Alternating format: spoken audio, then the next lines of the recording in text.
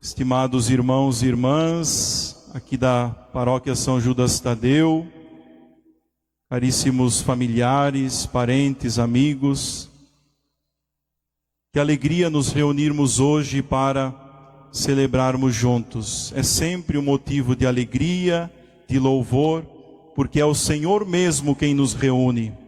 Não fomos nós, em primeiro lugar, que decidimos, mas nós fomos atraídos. Bendito seja Deus que nos reuniu no amor de Cristo. E acredito que estamos começando a semana muito bem, com a visita da Mãe Peregrina, celebrando a memória do primeiro santo brasileiro, Frei Galvão, iniciando o tríduo de São Judas Tadeu, padroeiro desta comunidade matriz e da paróquia. Isso é sinal para nós de que precisamos buscar a santidade. São os sinais de Deus para a nossa vida, para sempre nos lembrarmos que a nossa vocação primeira é de santos e santas de Deus. O Senhor nos chama para sermos santos, porque nós somos filhos. É isso o que nos fala a liturgia de hoje. Nós chamamos a Deus de Pai. Não chamamos a Deus Senhor apenas, como se fosse alguém estranho, desconhecido, distante de nós.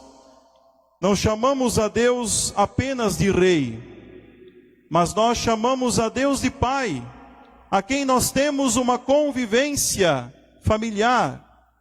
Nós temos uma relação íntima com Ele. Como nos diz São Paulo aos Romanos e a nós, chamamos a Deus Abá, que quer dizer Pai.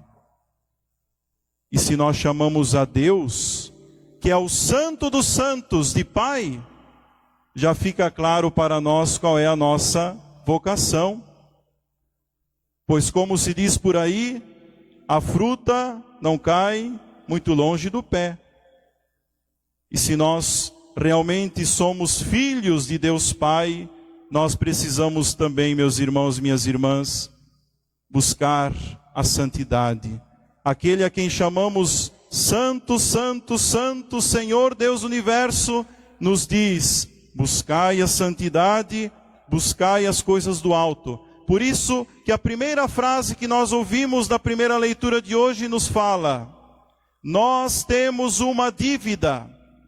Nós temos uma dívida não para com a carne, não para com nossos pecados, para com este mundo, para com a mentalidade mundana, mas temos uma dívida para com o Espírito Santo, para com Deus. Nós temos uma dívida, e esta dívida é a santidade. Esta dívida que sempre será uma dívida ao longo da nossa vida, meus irmãos. Sabe por quê? Porque nós não podemos nos achar prontos. Sempre precisamos dar um pouco mais para Deus. Um pouco mais de nós. Um pouco mais da nossa vida. Precisamos dar mais de nós. Por isso que é uma dívida. Nós temos uma dívida constante para com Deus. E São Paulo também vai dizer em outra ocasião que nós temos uma dívida para com o próximo. Porque nós não podemos nos dizer prontos, já sou santo, não preciso mais ajudar ninguém, não preciso mais aconselhar ninguém. Não, é sempre uma dívida de amor que nós temos para com Deus e para com os irmãos, que é o amor. Então esse é o primeiro conselho da liturgia de hoje. Deixar-se conduzir pelo Espírito de Deus, porque esse é o verdadeiro Filho de Deus. Às vezes nós caímos nesse perigo, não é verdade? Eu fiz algumas coisinhas, eu trouxe algumas cestas básicas para a igreja, eu paguei o meu dízimo, já paguei a minha dívida com Deus, não preciso mais me preocupar. São Paulo diz, nós temos uma dívida com Deus. sempre dar o máximo da nossa vida. Dar tudo que nós temos, que nós somos. Deus já nos deu tudo. Deus já nos deu a vida. Já nos deu um Salvador, seu Filho Jesus Cristo. Já nos deu um Consolador, o Paráclito, o Espírito Santo.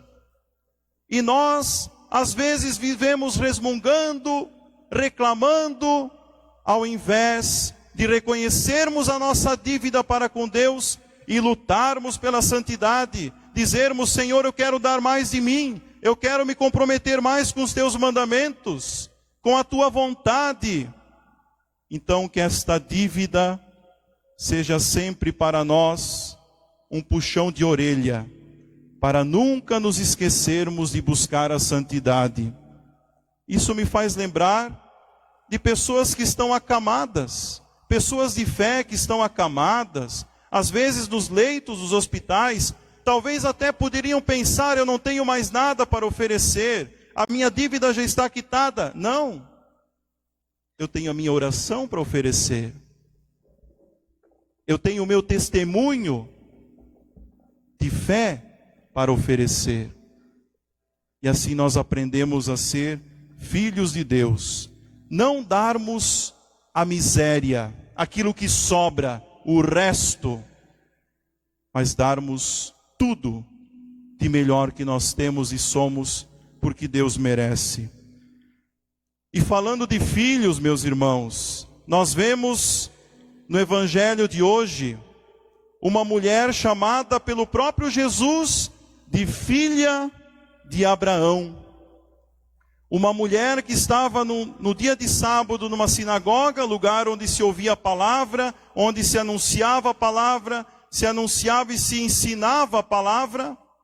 A mulher estava encurvada, totalmente impossibilitada de se endireitar. E o que Jesus faz? Não perde tempo. Olha para aquela mulher como uma filha de Deus, e hoje olha para todos nós como filhos e filhas de Deus, e diz: mulher, estás livre da tua doença. Aquela mulher não falou nada, não pediu nada. O Evangelho não diz o que ela falou, mas ao que dá a entender é que ela não pediu para ser curada.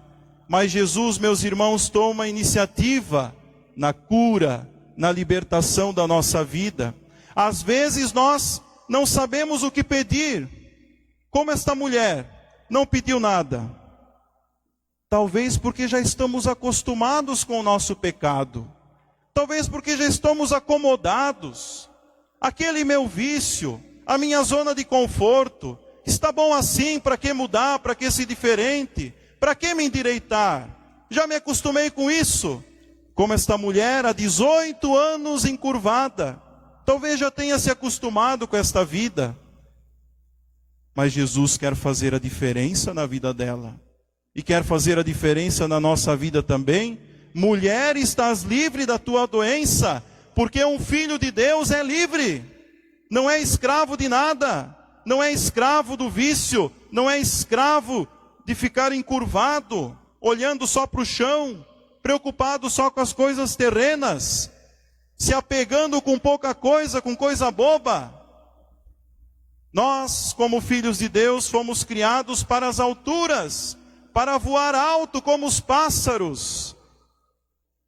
Nós somos filhos livres de Deus, e Jesus veio para nos dar isto.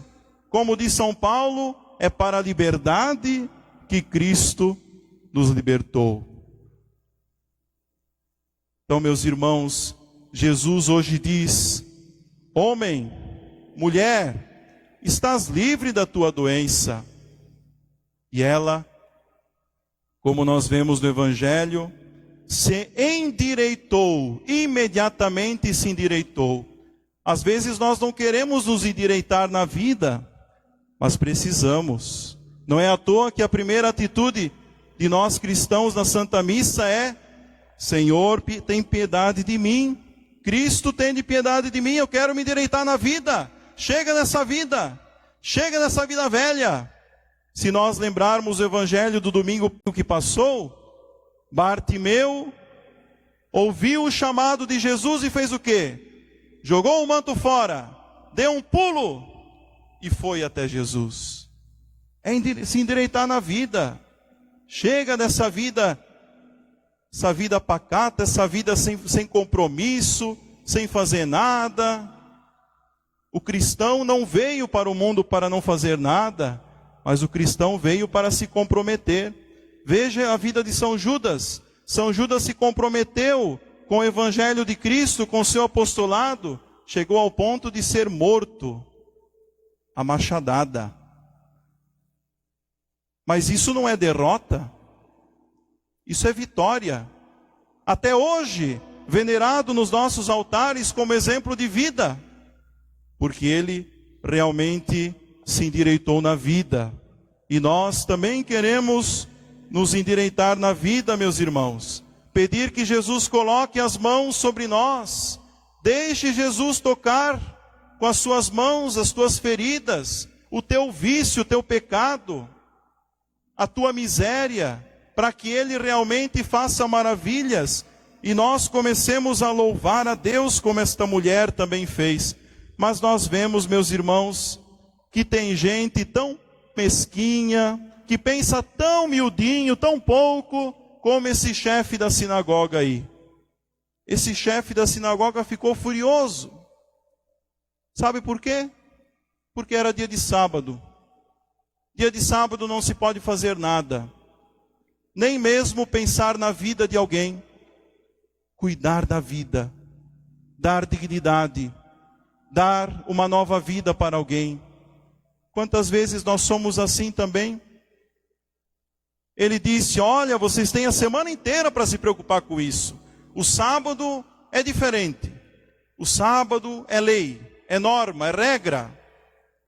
Quantas vezes nós também fazemos isso com Deus? Deus, a minha agenda está cheia. Hoje eu não tenho tempo para ti não. Vamos ver amanhã. Amanhã a gente busca se endireitar na vida. Mas hoje não dá, a agenda está cheia. Nossa vida deve ser todos os dias de se endireitar, de buscar a cura, de buscar a dignidade de filhos de Deus. Não podemos deixar passar a oportunidade. Jesus chama esse homem de hipócrita. Esse homem passou vergonha, como diz o Evangelho, os inimigos de Jesus passaram vergonha nessa hora, porque Jesus disse, vocês se preocupam em dar de beber, dar de comer para o boi, para o jumento, e não se preocupam com uma vida humana num dia de sábado. Como nós somos mesquinhos. A gente valoriza pouco a nossa vida, a gente se estraga. Ao invés de rezarmos, buscarmos a santidade, a gente vai frequentando coisas que não nos convêm, que não nos ajudam em nada, que não nos edificam. E a gente vai se estragando cada vez mais. Não é só com comida que a gente se estraga, não. Dependendo onde a gente vai se estragando. A gente vai relaxando na vida de santidade. Às vezes nos preocupamos muito com a saúde corporal, aquele corpinho bem bonito, que todo mundo olha, chama atenção. E a alma? E o coração?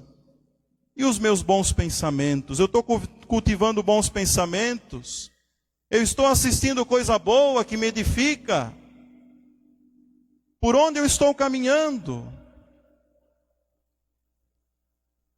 Temos que cuidar muito para não sermos hipócritas, nos acharmos muito certinhos, redondinho, ajeitadinho, mas totalmente desviados, desvirtuados na nossa vida em busca de santidade.